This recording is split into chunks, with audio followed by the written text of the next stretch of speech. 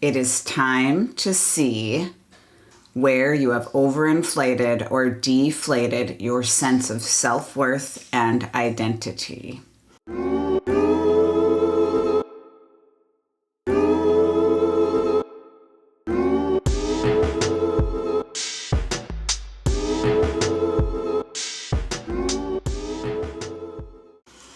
I thought, after I sat with this interpretation of this conjunction, that I would start this podcast with a story that sort of personifies what I believe this conjunction means and what I'm trying to share when I say inflating your sense of self or overly deflating your sense of self, as both can be extremely disastrous.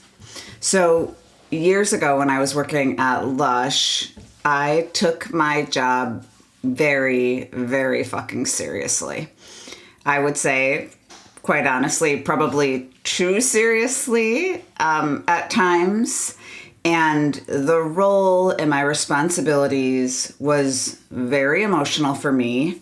My sense of identity, my sense of worth, how I valued the job. It was just extremely high. And I'm sure for a lot of you listening, you can relate to that place of work being the place where you're growing your identity or discovering who you are. And because I had inflated that role through my own consciousness, it actually was causing my performance to suffer in a lot of ways. And the reason for this was because I had built up everything in my mind so big that literally like every customer interaction, every employee conversation, everything I did down to how I wrapped soap, to how I stocked lotions, like it all felt like it carried this tremendous amount of emotional weight. You know, that weight that you can't see but you feel, that can be heavier than physical weight. And this happened because everything had meaning in the role that was connected to my sense of identity, which was connected to my sense of survival. And I was suffocating on my own expectations of myself as I overinflated the role.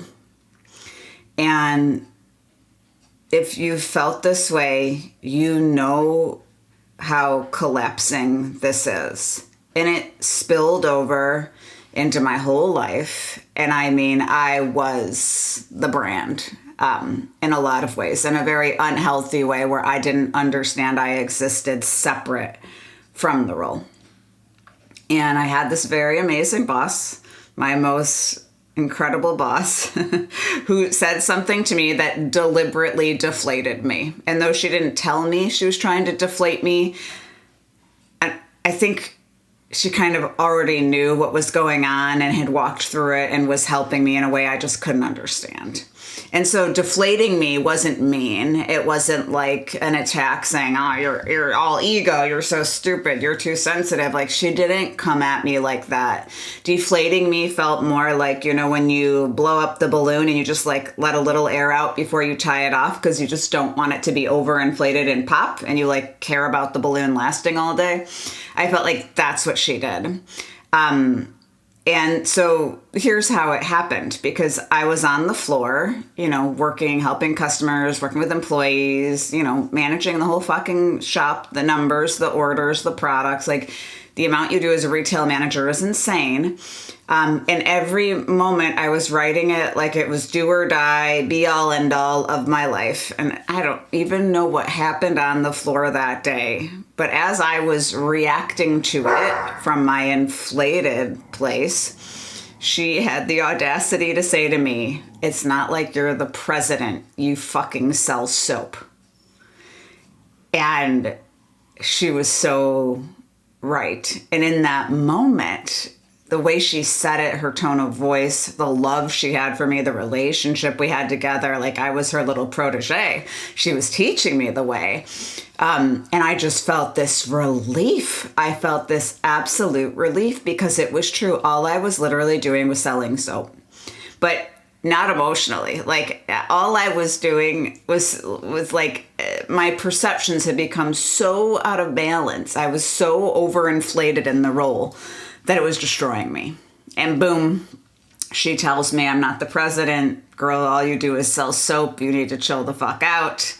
And the weight on my shoulders, like in that instance, I'm talking about in an instance, that emotional weight just disappeared.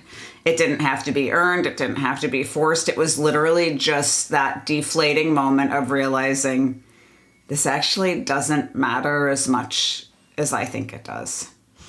And this moment, when I was looking at the Venus-Jupiter conjunction on Tuesday, popped into my mind because I don't have another moment of deflation in my life that was as potent as this one with my boss at Lush. And it was exactly where I had overinflated a role, overinflated everything to the point where I just couldn't even be successful. And that is the irony, is that I was far more successful when I approached my job, not like I was president of everything and everything was life or death and it all mattered so much. When I let go of that overinflation, I actually was wildly successful in learning how to say, you know what? Actually, all I do here is make connection and talk to people. And it is the easiest job in the fucking world. And this is a Venus-Jupiter thing because Venus has everything to do with what we value, what we think something is worth, including ourselves, and how we relate to responsibility. And Jupiter is the planet of the higher self that amplifies whatever it touches. But don't get confused because amplification can mean growing things bigger or growing things smaller. I think that is what is missed, and that is why we can overinflate things that don't matter and deflate things that absolutely do matter. And trying to find the awareness on our own is really, really hard. I didn't understand what I was doing. My boss really helped me out because I didn't get it until that moment and the way she said it and the timing and the relationship. Like, I didn't see it in myself. I truly in that moment believed that the more seriously I took things, the more I made them matter, that the more I would be able to show up in present moment. And ironically, it was the exact frickin' opposite, which is crazy. Right now, just think about it, process it, sit with it, see where it lands. Is there anything in your life that you are giving way too much importance to? Is it a role? Is it a job? Is it an action? Is it a goal? Is there anywhere you're giving way too much importance to something? And is there someplace where you are giving little and no importance to, where you're acting like it doesn't matter, like being in nature, sitting in silence, calling an old friend, impromptu and not trying to schedule it through Zoom? So I can't actually know where in your life there might be a need to rebalance an overinflation or an overdeflation. All I can know is that in the sky right now, Venus and Jupiter are conjunct, and they are allowing us to see into the conversation of nature what might be important right now. And this is what I think. Now, you will have to self-examine here. You'll have to look at your life. You maybe don't have a wildly awesome boss like I did that could look me square in the fucking eyes and tell me I wasn't the president of the United States and I just sold soap and I needed to chill the fuck out. You might not have her to be there in that moment. But here I am saying, well, pause and assess. In the AI prompt this week, we are going to see where this conjunction between, these two planets is occurring in your chart. We know it's in the sign of Cancer. That is happening for everyone. Venus and Jupiter are conjunct in Cancer for everyone on Earth at the exact same moment. What is different for you is what house it actually is in for your natal chart.